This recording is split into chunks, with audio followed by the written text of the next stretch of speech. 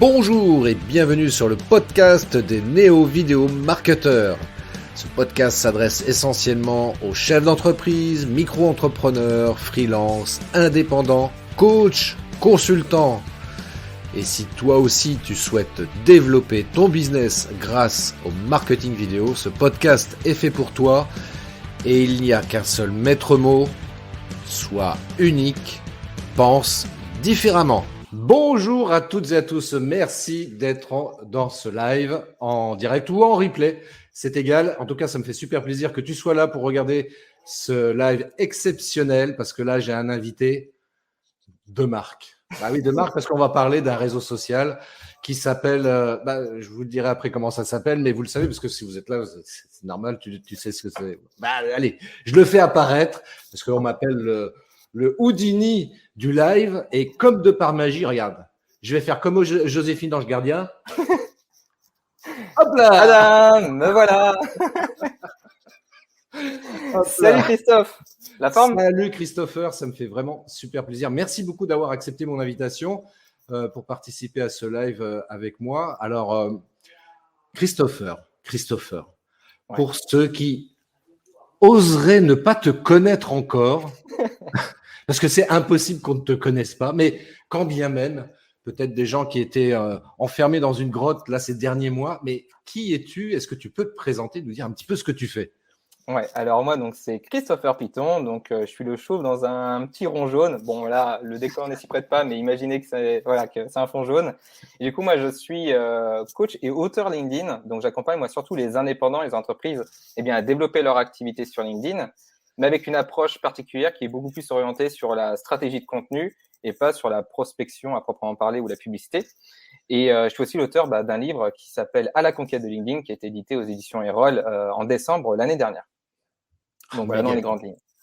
Méga cool. On a affaire à un expert LinkedIn. Alors justement, tiens, allez, en préambule quand même, parce que tu vois, on en a parlé en off, pour être très transparent. Comment se prononce correctement ce réseau social? Parce que... Alors, il y en a qui vont... Vas-y. Il y en a qui vont dire LinkedIn, il y en a qui vont dire LinkedIn, il y en a qui vont dire LinkedIn, il y en a qui vont dire LinkedIn, ou il y en a d'autres carrément LinkedIn. Donc après, c'est à bon vouloir. À partir du moment où on sait de quelle plateforme on parle, c'est le principal. Exactement, c'est pas grave si c'est pas prononcé correctement. Voilà, tu as le droit de dire aussi iPhone au lieu de iPhone, c'est pareil, on sait de quoi on parle. C'est trop ça. Alors justement, LinkedIn, quelle est la raison principale pour laquelle, à qui c'est destiné déjà à la base? La réponse, elle serait presque dans la question d'ailleurs, mais parce qu'on va me dire, mais oui, mais c'est pour les entrepreneurs, ton réseau, machin. Mais pas que. Mais pas que, donc c'est quand même important de poser la question pour le coup. Et puis, en quoi ça peut être utile d'utiliser ce réseau social plutôt qu'un autre, oserais-je dire, d'après toi? Ouais. Alors du coup, à qui c'est destiné ce réseau social? Ce qu'il faut savoir, c'est que à la base, LinkedIn vend des formules payantes. Donc, s'il vend des formules payantes, c'est qu'il sait très bien qu'il y a une majorité de ces cibles-là qui sont sur la plateforme. Et du coup, majoritairement, on va y retrouver surtout des gens qui gravitent autour de l'écosystème du recrutement, d'autres qui sont forcément salariés et qui sont à la recherche d'un emploi, et également autour des entreprises, donc des gens qui vont être patrons et d'autres qui vont être salariés, mais pas que, il y a aussi tout l'écosystème des indépendants et des freelances qui, justement, depuis quelques mois / 2 ans maximum, sont vraiment en train de, on va dire, s'emparer de la plateforme pour créer du contenu, se rendre visible et du coup trouver des clients parce qu'ils se rendent compte que finalement, utiliser beaucoup de plateformes type Malte, Fiverr, etc., ne suffit pas forcément. Ils ont envie de se démarquer, de se créer une image de marque personnelle pour vendre après leurs prestations finalement au juste prix et puis seulement être dépendant d'une plateforme sur laquelle ils peuvent vendre leurs prestations. Donc, en résumé, quelque part, en tout cas aujourd'hui, ça serait plutôt utilisé par des professionnels, que ce soit des indépendants, des dirigeants d'entreprise, des chefs d'entreprise, Ouais. c'est ça? Ouais, c'est ça. Tu évoquais l'idée que ça peut permettre de booster sa visibilité, de trouver des clients. Comment qu'on fait? Comment qu'est-ce qu'on fait? Après, si tu veux, en fait, ça va vraiment dépendre de ton statut. C'est-à-dire que si, admettons, tu viens de lancer ton activité ou tu viens de lancer un tout nouveau projet et que tu es inconnu sur LinkedIn et que tu as besoin de trouver des clients à court terme, ce qui va être le plus approprié, à mon sens, ça va être la prospection sur LinkedIn pour une vision court terme. Pour une vision long terme, si on souhaite finalement ne plus dépendre que de la prospection, mais qu'on souhaite attirer des clients de par, on va dire, sa notoriété, de par son influence, bien entendu, il va falloir mettre en place une stratégie de contenu qui, elle, va prendre un peu plus de temps, mais au bout de plusieurs mois, va porter ses fruits et attirera naturellement, on va dire, des opportunités. Donc, voilà un petit peu l'idée. Et forcément, si on a une activité qui est stable, qu'on a des revenus qui nous permettent, et du coup, les ressources qui nous permettent de créer du contenu, soit en déléguant, soit en faisant appel à des freelances qui vont créer du contenu à notre place ou en prenant le temps nous-mêmes de créer du contenu, on va pouvoir justement s'impliquer davantage, créer du contenu peut-être à haute intensité sur la plateforme, parce qu'on n'aura plus cette pression financière de dire il faut impérativement que je trouve des clients à court terme. Donc, encore une fois, c'est un équilibre à trouver, de savoir où est-ce qu'on se positionne à un instant T, quels sont nos objectifs sur LinkedIn et quels sont les moyens qu'on va mettre sur la plateforme pour atteindre ces objectifs.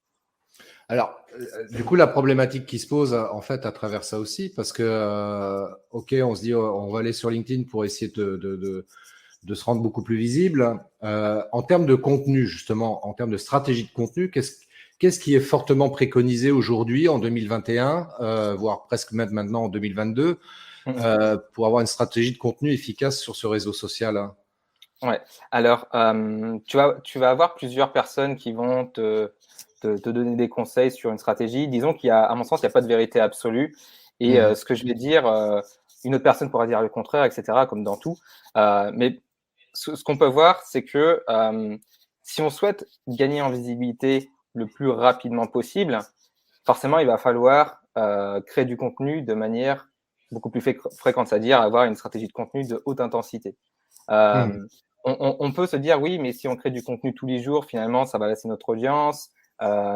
Les gens vont finalement peut-être se désintéresser de ce qu'on fait.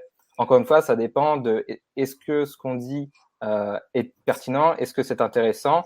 Et finalement, si la réponse est oui, que les gens sont intéressés par ce qu'on dit, ils ne seront pas lassés. Et ce qu'il faut savoir, c'est que sur LinkedIn, l'algorithme présente en fait notre contenu seulement à un pourcentage de notre audience. Admettons que je publie 2 contenus par jour, donc ce qui serait du contenu à haute intensité. Je publie à 8 heures et je publie à 14 heures. On pourrait se dire, ouais, mais si on publie 2 fois par jour, les gens vont voir tous nos contenus 2 fois par jour. Pas nécessairement. Si je me connecte plusieurs fois par jour, il y a plus de chances que je vois les 2 contenus. Mais si je me connecte une fois par jour, je pourrais peut-être voir un seul des contenus, voire peut-être même aucun. Tout dépend de si l'algorithme me présente le contenu. Donc, encore une fois, pour gagner rapidement en visibilité, c'est plus intéressant de mettre en place une stratégie voilà, de haute fréquence, mais d'être vraiment sûr que derrière, on ait les ressources adéquates. C'est-à-dire que si je veux gagner rapidement en visibilité, que j'ai les ressources nécessaires, OK. Mais si je veux gagner rapidement en visibilité et que je n'ai pas les ressources nécessaires, bah, c'est qu'il y a un problème et qu'il va falloir peut-être revoir les objectifs différemment ou réfléchir à une autre stratégie. Qu'est-ce que tu entends précisément par ressources? Quand je parle de ressources, c'est-à-dire de ressources en termes de temps, en termes d'argent et en termes d'énergie. C'est-à-dire que est-ce que j'ai suffisamment de temps, donc forcément pour créer du contenu, parce que ça prend quand même du temps de créer du contenu, ou est-ce que j'ai suffisamment d'énergie, parce que ça prend aussi beaucoup d'énergie. C'est-à-dire que si je crée du contenu, en attendant, je ne fais pas autre chose. Et après, en termes d'argent, parce que qui dit passer du temps, dit aussi le temps, c'est de l'argent. Donc, il y a ça, si on veut le faire tout seul, mais si après, on veut pas s'en occuper, dans ce cas-là, on peut déléguer. Et déléguer, c'est des ressources en termes d'argent. C'est-à-dire, on va déléguer finalement la création de contenu. Ou si on a monté une équipe, finalement, avoir quelqu'un en interne qui va s'occuper de la stratégie de contenu. Mais c'est pareil, ce sont des ressources en termes d'argent, en fait. Donc, en gros, c'est ça. C'est est-ce que je suis seul ou est-ce que j'ai une équipe ou est-ce que j'ai les moyens de pouvoir déléguer le contenu pour justement faire en sorte que ma stratégie de contenu soit en adéquation avec les objectifs que je veux atteindre. En termes de contenu, est-ce qu'il faut, par exemple, faire qu'un seul type de contenu ou est-ce qu'il faut varier? Ouais, déjà, sur cette question-là, là, qu'est-ce que tu préconises, toi, par rapport à ça? C'est une question qui revient souvent et généralement, c'est plutôt de se poser la question dans quel type de contenu je suis le plus à l'aise. Parce qu'on entend souvent, en ce moment, il y a énormément de sondages. On voit un sondage tous les 3 posts. Moi, j'en ai pas encore fait un seul parce que voilà, ça m'intéresse pas particulièrement que ça. Même si je sais que je pourrais gagner énormément en visibilité si je fais un sondage team chocolatine ou team pain au chocolat, mais c'est pas l'idée. Moi, j'aime bien les Euh, pains au chocolat, moi. Moi, j'adore les pains au chocolat aussi. En tout cas, dans notre région, il n'y a pas de chocolatine. Ça va créer des débats, ça. Qui Mais c'est qui a dit que chocolatine, c'était mieux? Non, attention, hein. non, l'enfer. Mais en gros, l'idée, c'est de se dire, OK, dans quel type de format je suis le plus à l'aise? Bien entendu, on peut créer des sondages pertinents. Si on est à l'aise avec l'écrit, ben, on fait que des posts textuels. Si on est à l'aise plutôt face caméra, ben, peut-être c'est plus intéressant d'utiliser le format vidéo. Et si on a une sensibilité graphique, peut-être ça peut être intéressant de créer des carousels, donc c'est-à-dire les fameux PDF avec les slides, etc., qu'on peut voir sur LinkedIn et que moi j'ai l'habitude de faire, Ah ouais, non, mais voire même des schémas. là-dessus, je te coupe parce que vraiment, bravo, parce que moi, tes carousels, je les trouve magnifiques, c'est propre, c'est beau, et surtout, parce que c'est aussi ça qui est quand même intéressant, c'est surtout hyper intéressant, instructif, mais vraiment, là, chapeau bas, Merci bien. je vous en prie. Mais ouais, effectivement, quand tu le dis, ouais, créer un carrousel, voilà, est-ce qu'on a une sensibilité graphique? C'est pour ce sujet.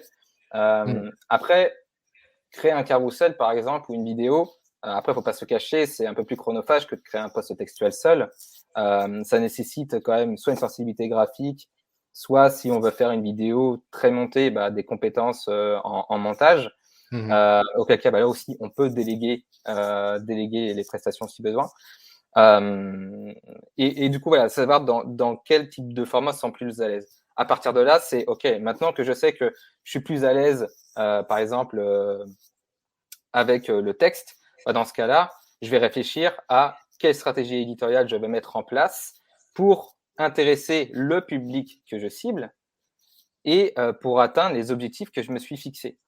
Donc, après, ça va être de réfléchir en termes de format. Est-ce que c'est en termes de thématique, en termes de sujets que je vais aborder? Si par exemple, voilà, je suis moi un professionnel de la rédaction web, je pourrais très bien avoir une thématique qui est orientée sur la rédaction.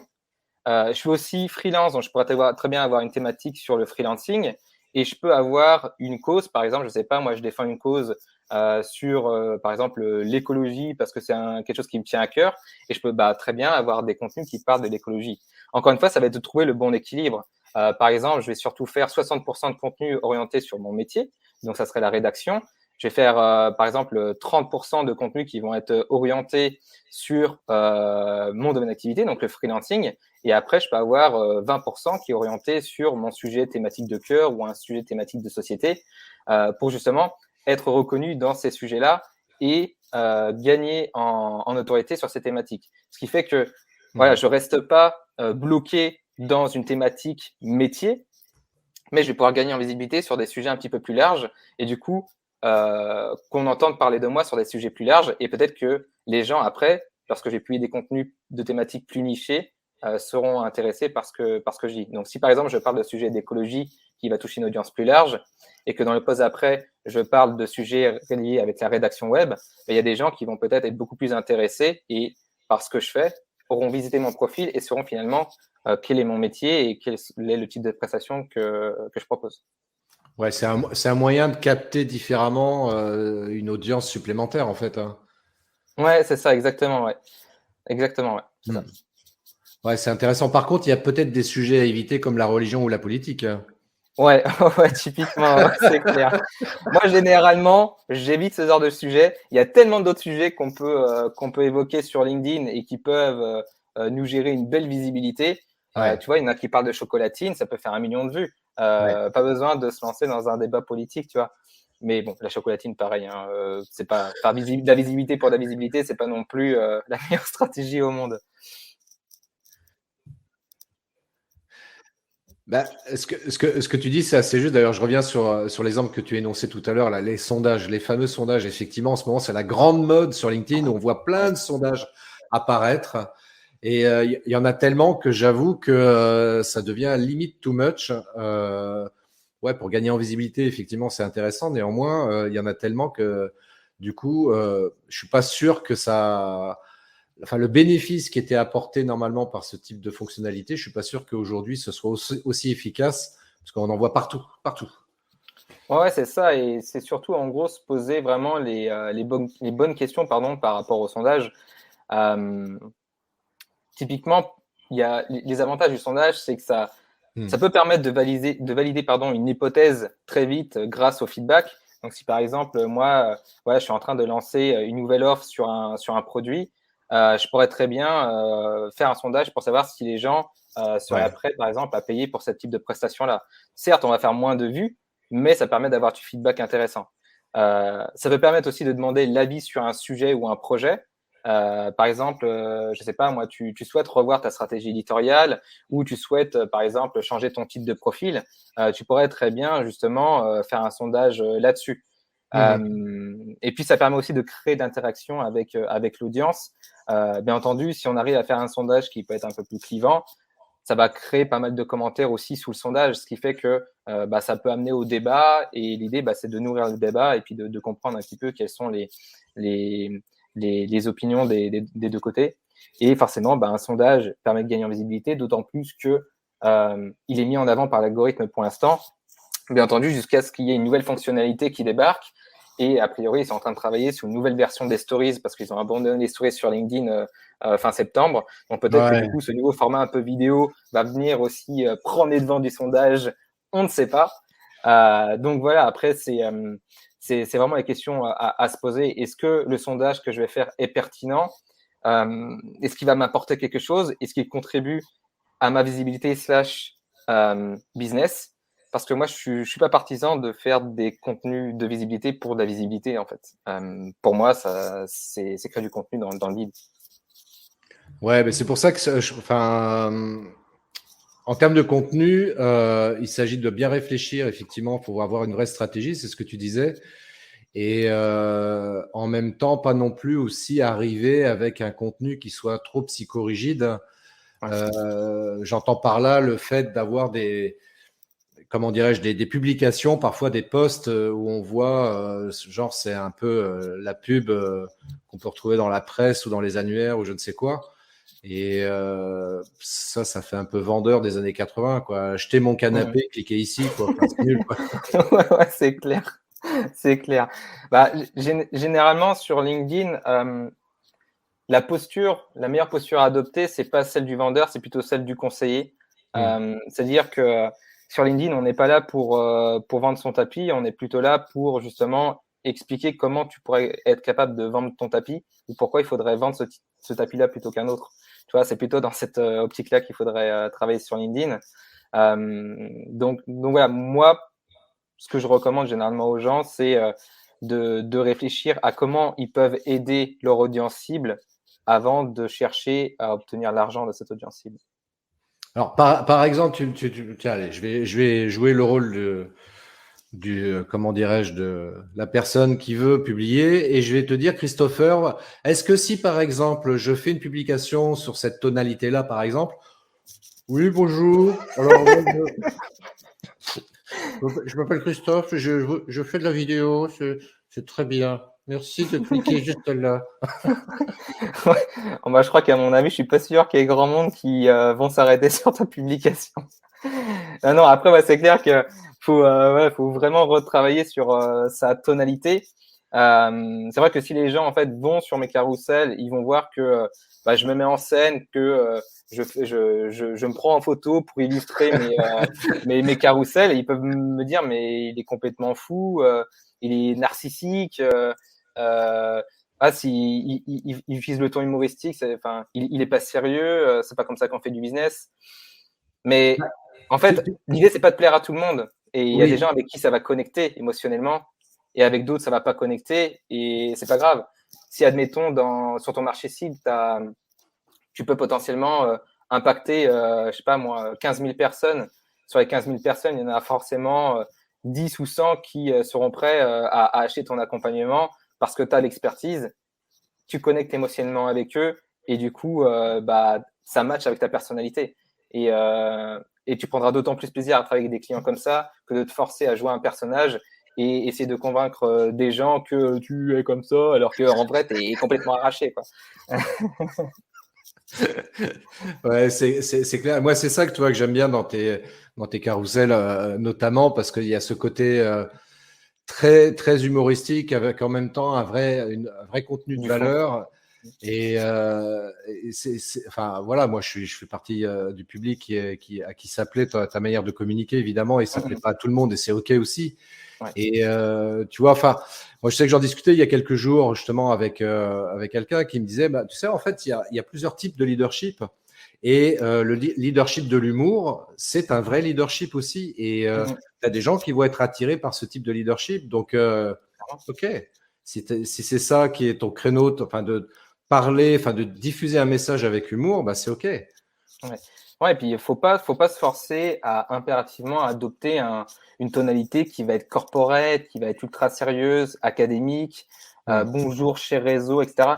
Bon, après, c'est vrai que ça peut être aussi une méconnaissance de l'outil. Moi, par exemple, je gravite dans l'écosystème marketing, j'ai l'habitude d'écrire du contenu, donc pour moi, ça me paraît plus naturel, plus simple.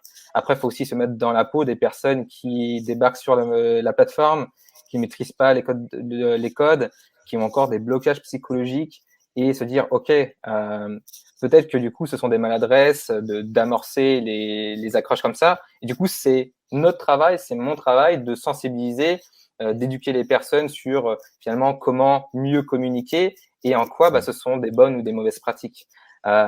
Typiquement, le bonjour chez réseau quand on fait sur un post, ça marche pas. Surtout que on n'est pas obligé de commencer l'introduction d'une publication en disant bonjour avec une formule de politesse. Ça, c'est très bien en message privé, c'est très bien par email. Typiquement, sur un post, c'est plutôt de l'espace perdu. L'idée, c'est vraiment de capter l'attention et de se dire, finalement, comment dans le fil d'actualité, je peux capter l'attention parmi les milliers de posts. Et est-ce que moi, je m'arrêterai sur une publication qui commence par bonjour chez réseau?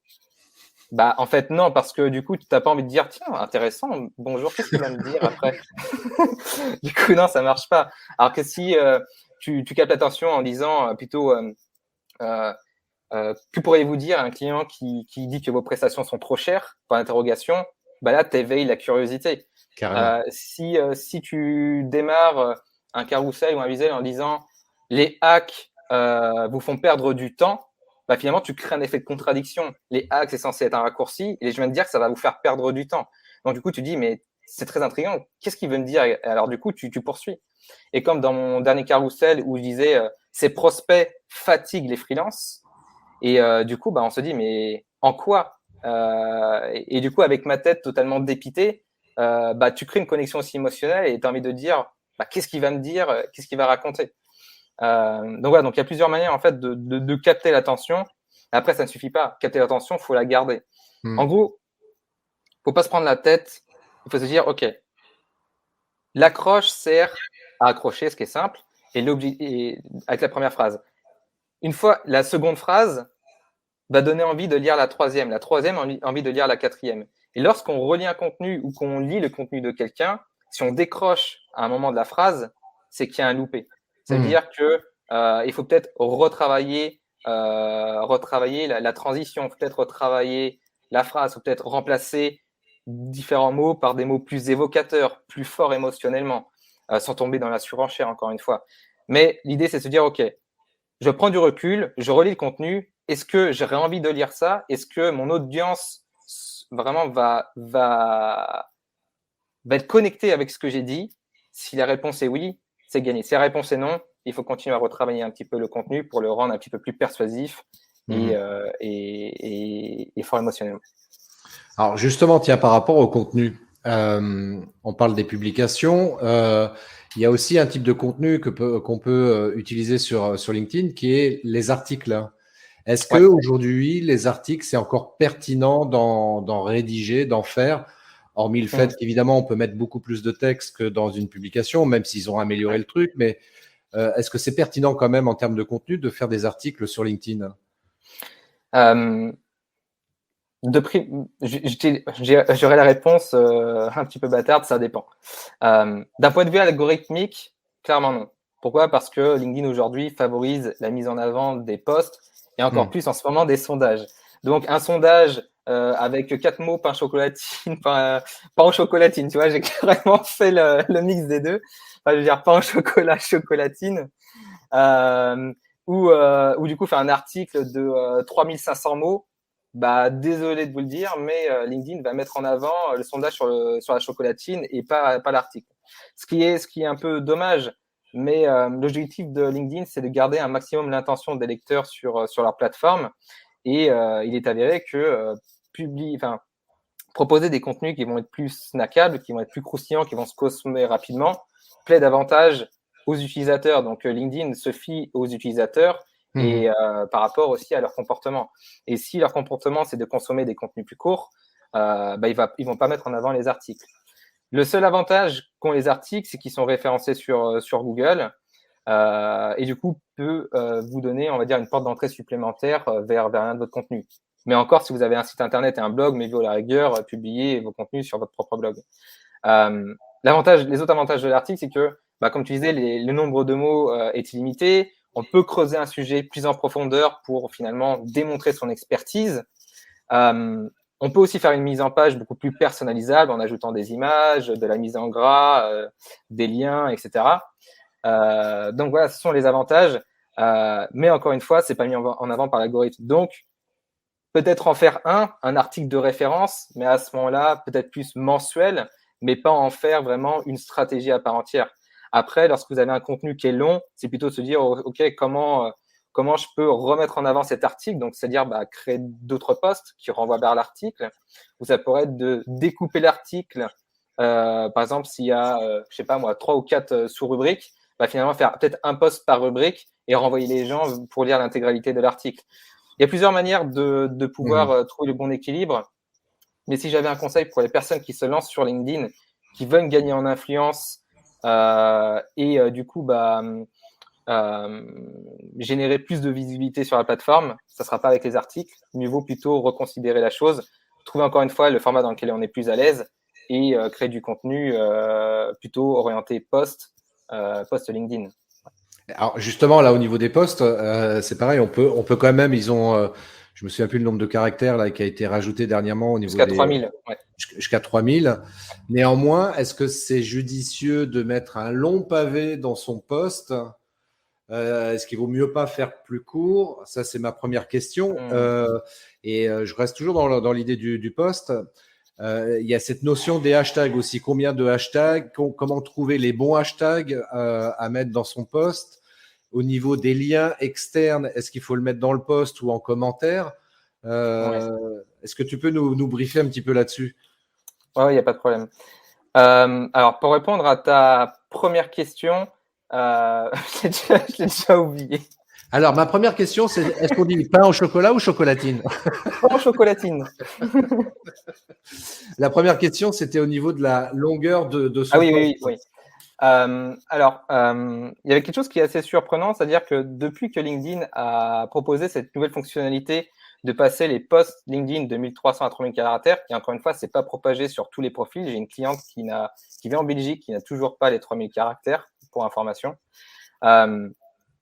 Effectivement, les posts longs on va dire, qui atteignent les 3000 caractères, j'en vois très très peu pour être honnête. Et majoritairement, ceux qui en font des très longs, ce sont des gens qui ont l'habitude d'écrire des histoires qui sont dans le storytelling, c'est-à-dire ils ont l'habitude de raconter des anecdotes, ils ont l'habitude de faire des retours d'expérience, de rédiger des longs contenus qui vont potentiellement après convertir derrière.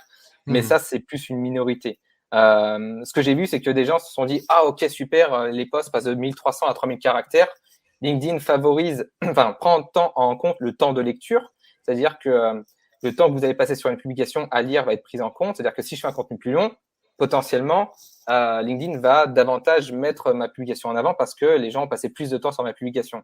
Sauf que si le contenu est long, mais qu'il est chiant à mourir, c'est pas pour autant que ça va marcher. Donc, mieux vaut avoir un post qui est plus court, plus percutant, qui génère une émotion et qui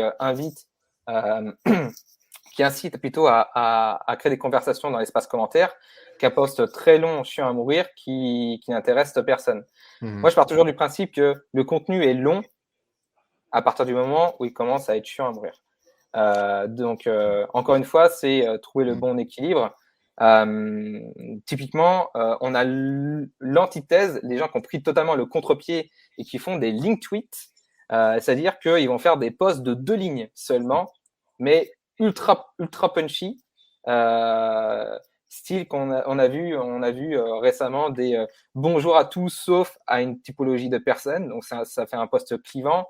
Voilà, enfin, il y a des publications comme ça qui voient le jour, qui cartonnent encore plus que des posts très très longs. Donc encore une fois, moi ce que je recommande généralement, c'est d'alterner, c'est-à-dire à la fois des posts un peu plus longs, des posts un peu plus courts, pour voir finalement comment notre audience est réceptive par rapport à la longueur d'une publication. Typiquement, moi avant, je faisais des carousels d'une 20aine de slides, ça marchait super bien. Du coup, j'en fais beaucoup moins, je fais des carousels un peu plus courts. Les textes qui accompagnent mes contenus sont aussi un petit peu plus courts. De temps en temps un peu plus long quand je fais des schémas. Voilà, encore une fois, c'est de jauger, trouver l'équilibre et voir ce qui plaît le plus, encore une fois, à notre propre public. Il y avait une remarque là de Christophe, un autre Christophe. Bienvenue dans la team. Alors, on va être clivant, c'est un live que pour les Christophe ce soir. Voilà. Voilà, c'est ça. Bonjour à tous, sauf à ceux qui ne s'appellent pas Christophe. Voilà. Christophe, Christopher, on accepte, mais pas les autres. Voilà. Voilà. Christopher, elle a dit que c'était bien d'être clivant, donc on est clivant. On est clivant. On va faire un sondage là-dessus, tiens, si tu veux. Ah oui, tiens, on pourrait faire un sondage. Et la question de Christophe, donc en l'occurrence, c'est de faire un post, lui dit, faire un post court avec un renvoi vers le blog, par exemple. Ouais. Alors, ça peut être intéressant, effectivement, d'utiliser un post court pour cette stratégie. Mais encore une fois, moi, ce que je recommande, c'est quand on utilise un lien externe à l'intérieur du post, c'est de toujours avoir une formule, c'est-à-dire une question, un appel à l'action qui va inciter les gens à commenter. Donc, admettons que moi, j'ai écrit un article de blog qui explique comment optimiser son profil LinkedIn. Je pourrais très bien faire un post très court qui est structuré sous la formule AIDA, donc en gros, attention, intérêt, désir, action, pour faire saliver les gens, leur expliquer finalement en en une liste à puces de 2-3 points les bénéfices qu'on va retrouver dans l'article. Et par exemple, d'indiquer aux gens, et vous, quel est l'élément le plus important à optimiser sur votre profil? Et du coup, les gens vont laisser des commentaires alors qu'ils n'auront pas nécessairement lu l'article du blog. Ce qui fait que les commentaires vont m'aider à gagner en visibilité sur cette publication-là. Et forcément, qui dit plus de visibilité, dit plus de probabilité que les gens vont aller cliquer sur ce lien-là. Parce que si finalement, je n'ai pas de commentaires, mon post n'est pas visible, et du coup, personne ne cliquera sur le lien. Donc, encore une fois, c'est trouver le juste milieu et les bonnes stratégies pour se dire, OK, l'algorithme met en avant s'il y a pas mal de commentaires et d'interactions, et il défavorise les publications qui renvoient les utilisateurs à l'extérieur de la plateforme. Donc, c'est trouver le bon compromis, faire interagir les gens quand il y a un lien dans le post, et pour gagner plus de visibilité et avoir plus de probabilité que les gens viennent cliquer sur ce lien. J'espère que ça répondra à ta question, Christophe. Oui, à moi, ça répond à la question pour le coup. Mais c'est pas à toi que je parlais, monsieur Christophe. Ah, l'autre Christophe. Ouais, on se perd, hein, tu vois, à un moment donné. C'est clair. Du coup, je reviens sur la question justement de est-ce qu'il vaut mieux mettre le lien externe dans le post ou en commentaire? Après, il y a pas mal de mythes autour de ce sujet-là. C'est vrai que il fut un temps où on recommandait beaucoup de ne pas publier un lien à l'intérieur du post parce que ça crée une pénalité. Donc, certes, ok, même si vous publiez un lien en commentaire, ça peut aussi défavoriser la portée. Encore une fois, l'idée, c'est de se dire, est-ce que j'y vais dans un objectif de plaire à l'algorithme ou j'y vais dans un objectif plutôt de conversion, quitte à faire moins de visibilité. Moi, généralement, j'utilise plutôt la méthode de Ramfishkin, qui est finalement de se dire, OK, je vais faire à peu près 2 publications qui montrent patte blanche à l'algorithme, dans le sens où voilà, je fais pas de lien externe, et la troisième publication va y intégrer un lien externe qui va renvoyer à l'extérieur. Ce qui fait que finalement, on bénéficie de l'attraction des 2 précédents posts, etc. Encore une fois, c'est une question d'équilibre. Si toutes les publications contiennent un lien externe, bon, c'est pas ouf. Si du coup vos publications, on trouve un équilibre d'à peu près un post sur 2, enfin un post sur 3, ça sera très bien. Et également concernant les hashtags, parce qu'il y en a qui en mettent, il y en a qui en mettent énormément. Entre les deux, on fait quoi? Ouais, c'est une très bonne question, Thierry. Ah non, c'est Christophe. Ouais, moi, c'est le live des Christophe ce soir. Ouais. En fait, l'idée, c'est pas de reprendre les codes d'Instagram où finalement on voit une trentaine d'hashtags par publication. Sur LinkedIn, ça va plutôt être considéré comme un abus. En fait, d'après les recommandations des équipes LinkedIn, il est plutôt recommandé d'en publier à peu près 3 et entre 3, on va dire 3 et 7. Pourquoi? Parce que au-delà, c'est considéré comme un abus. En dessous, c'est pas forcément utile. Mais encore une fois, c'est pas une vérité absolue. C'est encore à prendre avec des pincettes.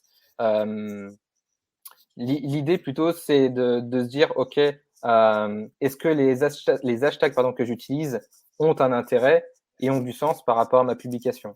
Moi, généralement, je suis pas cette recommandation LinkedIn.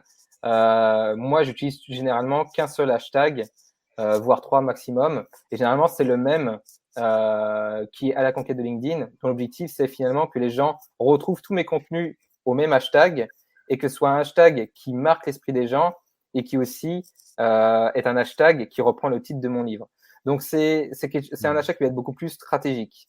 Par contre, si on souhaite essayer d'attirer un petit peu plus de trafic à travers les hashtags, et encore que je pense que c'est plus pertinent peut-être dans le monde anglo-saxon parce que ils ont plus cette culture d'utiliser les hashtags et il y a beaucoup plus d'hashtags anglais. Et surtout, il y a des hashtags sur lesquels finalement, même nous on communique, tu vois, le terme copywriting, etc. Ou même si tu utilises le terme LinkedIn, tu vas avoir si tu utilises le terme hashtag LinkedIn, tu vas avoir énormément de contenu dans toutes les langues. L'idée, c'est de se dire plutôt, ok, c'est intéressant d'utiliser un hashtag qui va être vraiment populaire, qui va avoir plus de 100 000 abonnés, pour favoriser les chances que finalement on puisse se rendre visible sur ce hashtag-là. Et c'est de trouver après un hashtag qui va être plus, on va dire, orienté avec une stratégie de visibilité sur notre propre marque et avoir finalement un hashtag qui va marquer l'esprit. Soit en lien avec un projet, soit en lien avec notre marque, soit en lien avec notre identité visuelle. Voilà, encore une fois, c'est à réfléchir de la manière dont on va utiliser les hashtags pour son propre besoin. Autre question de Christophe. Yes.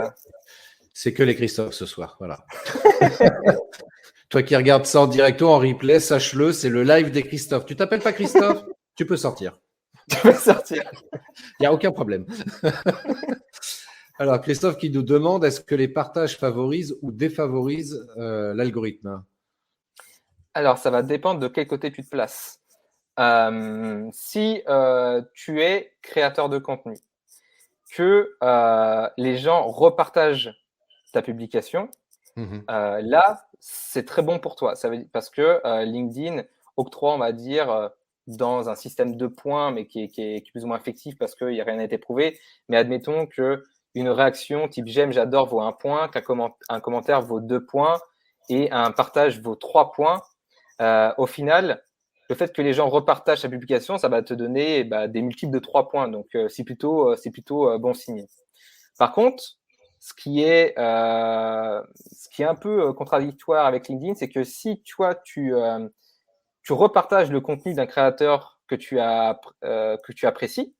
Et si le sujet t'a plu, l'algorithme ne va pas mettre en avant ton repartage.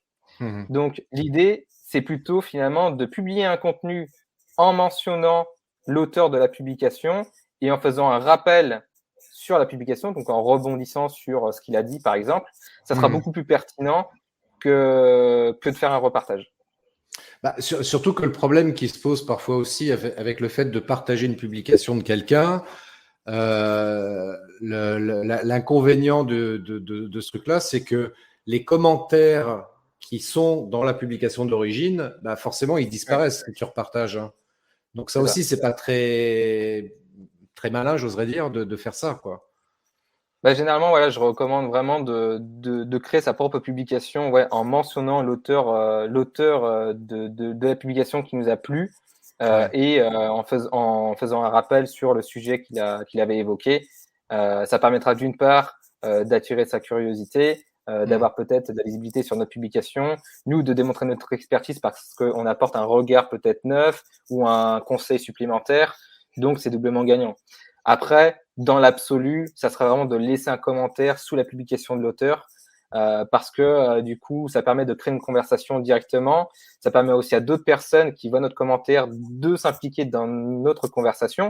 Et d'une part, on gagne en visibilité et en crédibilité auprès de l'auteur de la publication et auprès de l'audience de cet auteur de la publication. Donc, s'il y avait un choix à faire, je recommanderais plutôt de commenter la publication que de faire un repartage. Ou alors, on fait on fait un post, on cite l'auteur qui a parlé de tel sujet, et juste en dessous, on fait un sondage. Qu'est-ce que vous en pensez? Est-ce que son contenu était bien? Oui, non, team chocolatine. Voilà. L'enfer. Comme ça, la boucle est bouclée. La boucle est bouclée, ouais. Excellent, excellent. Merci pour tes réponses. Alors, juste pour terminer, il y a un point qu'on n'a pas du tout évoqué qui est quand même assez essentiel, surtout quand on arrive, qu'on débarque comme ça sur LinkedIn. Tu l'as évoqué tout à l'heure, justement, on parlait du profil LinkedIn. Quels sont pour toi les 2-3 trucs super importants, les 2-3 clés importantes à travailler justement pour avoir un profil qui soit captivant, qui soit pourquoi pas même impactant, pour donner envie aux gens de te suivre, de s'abonner à ton profil? Qu'est-ce qu'il faut faire en fait? Pour moi, si on devrait vraiment choisir 2-3 points importants sur le profil, ce serait la photo, le titre de profil et la section info, donc c'est-à-dire la biographie. Pourquoi? Parce que la photo de profil, elle, va contribuer à cette fameuse première bonne impression.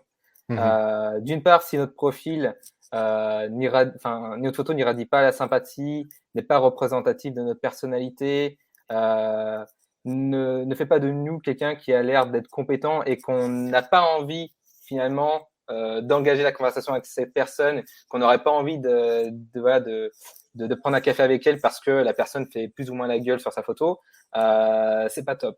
Donc, généralement, sur une photo, ce que je recommande, c'est d'avoir en tout cas son visage qui représente 60% de l'espace de la photo de profil pour qu'on puisse bien déceler les expressions du visage et généralement aussi avoir un bon contraste. Pourquoi? Parce que lorsque vous publiez un commentaire, lorsque vous publiez un contenu, la vignette donc du coup de votre photo de profil va être beaucoup plus réduite que lorsque vous allez directement sur le profil de quelqu'un. Ce qui fait que en ayant vraiment votre visage qui représente 60% de la photo de profil, on a plus de chances de voir votre visage que si vous avez un plan taille ou un plan plein pied, parce que on ne vous verra pas du tout.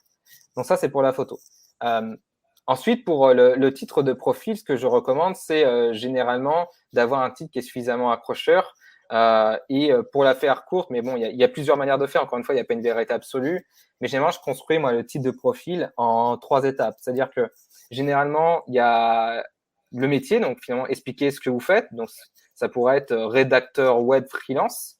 Ensuite, le bénéfice, c'est-à-dire ce que vous allez apporter. Donc ça pourrait être par exemple, j'écris des articles de référence sur les thématiques liées à l'écologie. Donc là, au moins, on sait tout de suite quel est le bénéfice. Et finalement, les mots-clés, donc qui permettent d'être retrouvés aussi par les gens qui vont taper ces fameux mots-clés dans la barre de recherche LinkedIn.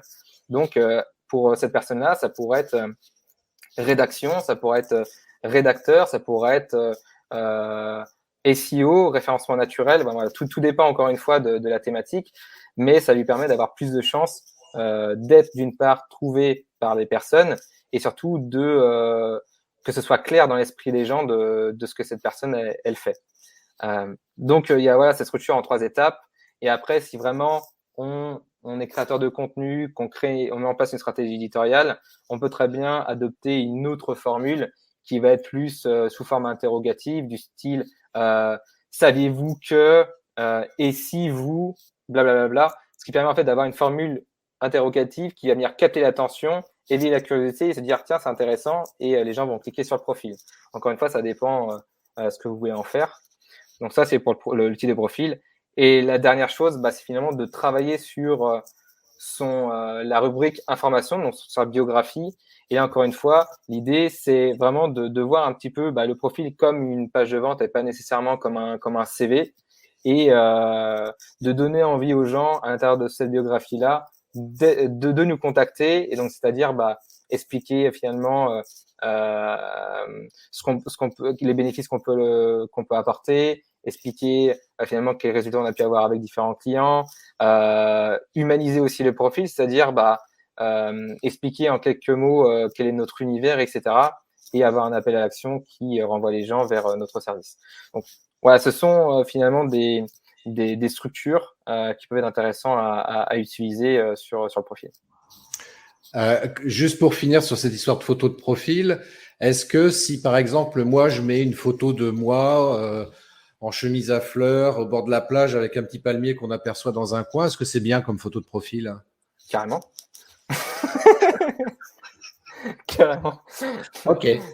Carrément, si t'es guide touristique aux Seychelles et peut-être. Ah bah voilà, ouais. Ou si mais bon, je suis plombier à Paris, moi. Ah mince alors, c'est dommage. Ouais, non, c'est quand même plus à proscrire. L'idée, c'est d'avoir une photo de profil qui nous représente et qui aussi va être en adéquation avec notre personnalité. C'est-à-dire que comment est-ce qu'on a l'habitude de s'habiller au quotidien lorsqu'on est au bureau ou lorsqu'on travaille de chez soi ou lorsqu'on rencontre un client. Comment est-ce qu'on a l'habitude de s'habiller, et du coup il faudra s'habiller de la même manière sur LinkedIn. Typiquement, moi j'ai toujours un pull noir ou un pull de ce style-là. Moi je suis pas du genre costume cravate 3 pièces. Si je faisais une photo de profil comme ça, voilà, ça me représenterait pas. Encore une fois, ça plaît pas à tout le monde et moi c'est ok. Est-ce que si je fais ma photo de profil, je fais un truc comme ça? Ouais, je pense que ça pourrait être intéressant, mais peut-être tu t'es dit en faisant ton profil LinkedIn, ah mince, c'était pas Tinder au final. Ah bon, on m'aurait menti? Ah, on m'aurait menti. Il y a un dernier point également, justement, sur le profil, la photo de couverture. Est-ce que c'est un élément important pour capter ou pas? Ouais, la bannière, c'est aussi un élément important vraiment à utiliser. Moi, typiquement, ce que je recommande en fait sur une bannière, c'est qu'elle doit vraiment révéler qui vous êtes, ce que vous faites et votre univers. Typiquement, c'est lorsque la personne arrive sur le profil, les premières choses qu'elles vont voir, c'est de manière visuelle, ça va être la photo et ce que vous allez mettre dans la bannière. Donc, typiquement, c'est toujours d'avoir une bannière qui est la plus épurée possible et qui va être complémentaire avec le type de profil. Donc, ça peut mettre en avant une promesse, ça peut être de mettre en avant un produit, ça peut être d'appuyer, d'interpeller le client idéal sur ses valeurs, sur les résultats qu'on peut leur apporter. Voilà, il y a plusieurs manières de faire. Typiquement, moi aujourd'hui sur ma bannière, lorsque vous allez sur le profil, c'est marqué en gros commandez mon livre à la conquête de LinkedIn et recevez vos bonus, avec des éléments de crédibilité qui sont vus sur le magazine Management, magazine Capital, entendu à France Culture. Et après, le livre avec le logo de la maison d'édition Erol, parce que du coup, c'est pas un livre auto-publié, mais vraiment publié dans une maison d'édition. Donc, ce qui peut être intéressant pour quelqu'un, c'est voilà, si moi je suis par exemple un professionnel, un conférencier, c'est OK. Est-ce qu'il n'y a pas moyen que je puisse avoir une photo de moi sur scène en pleine conférence et avec, pourquoi pas, des logos d'événements auxquels on a pu participer pour justement rassurer encore plus le prospect et avoir des éléments de réassurance et de crédibilité pour qu'inconsciemment la personne se dise OK, cette personne m'a l'air d'être un expert, cette personne m'a l'air d'être confiante dans ce qu'elle fait et du coup voilà, ça peut aussi jouer en notre faveur. Cool. On arrive quasiment à la fin de cet entretien. J'aimerais bien le poursuivre, mais j'ai mon pain au chocolat à manger. Donc, Et moi, ma chocolatine. On va jamais s'en sortir. non, ça aurait été le fil rouge du live. C'est clair. Qu'est-ce que je voulais dire? Ouais, justement, tu évoquais justement ton livre. Alors, pour les gens qui veulent en savoir plus justement sur LinkedIn, qui veulent aller un peu plus loin, donc il y a ton livre. Comment on fait pour se le procurer? Parce que je sais qu'il est. Je crois que dans le magazine Forbes, ils doivent en parler prochainement. On m'a dit. S'ils veulent me contacter, avec plaisir. Alors attends, tiens, je vais mettre je vais mettre un lien là, ici, hop, voilà, si vous voulez déjà en savoir plus, il y a le lien vers le site de Christopher, christopherpiton.com, Tout donc simplement, retenez bien, christopherpiton.com, et donc on peut passer par ton site pour commander ton livre, entre autres. C'est ça, et il y aura juste marqué dans le menu livre, et du coup, il y aura après la page de vente. Mais on peut très bien retrouver le livre dans toutes les librairies en France. Et également sur Internet, donc que ce soit à la Fnac, Amazon, etc. Généralement, vous tapez à la conquête de LinkedIn et vous allez sur Google et vous aurez normalement toutes les informations. Cool. Et est-ce que tu proposes aussi éventuellement des accompagnements pour les personnes qui veulent vraiment se former avec un expert comme toi sur ce réseau social-là? Est-ce que tu proposes des choses là-dessus? Ouais, bien évidemment. Donc moi, j'ai un accompagnement de 3 mois pour les indépendants qui veulent justement développer leur activité sur LinkedIn, gagner en influence et du coup attirer naturellement plus de prospects, plus de prospects. Donc c'est un complément poussif qui va de la clarification du positionnement sur lequel on travaille vraiment sur l'offre, la cible, etc. Parce que pour moi, si on n'a pas posé les fondamentaux, les piliers, on va finir par optimiser son profil un petit peu dans tous les sens. On va avoir une communication qui part dans tous les sens. Alors que quand on optimise un profil et qu'on communique sur LinkedIn, il faut savoir à qui on s'adresse, pourquoi on s'adresse et dans quel but on s'adresse. Donc, il y a vraiment ce travail sur le positionnement, la stratégie éditoriale, la stratégie de réseautage et finalement, l'analyse des performances. Est-ce que ce que j'ai mis en place sur LinkedIn, est-ce que les contenus que j'ai mis en place sur LinkedIn ont un impact? Est-ce que ça fonctionne? Oui. Est-ce que ça fonctionne? Non. Pourquoi? Et en gros, optimiser tout ça pour atteindre ses objectifs avec une vision long terme. Cool. Bon, vous avez noté, hein, christopherpiton.com, vous commandez le livre. Et puis, voilà, si tu veux aller plus loin aussi, même si tu t'appelles pas Christophe, tu peux y aller. Ouais. Moi, c'est pas exclusif qu'au Christophe, sinon j'aurais eu aucun client pour l'instant. Par contre, peut-être qu'il y a une remise pour les Christophe. Ah, peut-être. Hein. Là, c'est à négocier. C'est à négocier. Alors, Moins avec 10% moins 10% avec le code Team Chocolatine, tu vois. Team Chocolatine, voilà, tu as un code promo.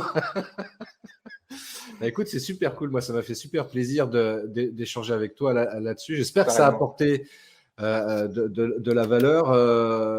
Y a Marc qui disait c'est très intéressant tout ça, je vais approfondir. Cool.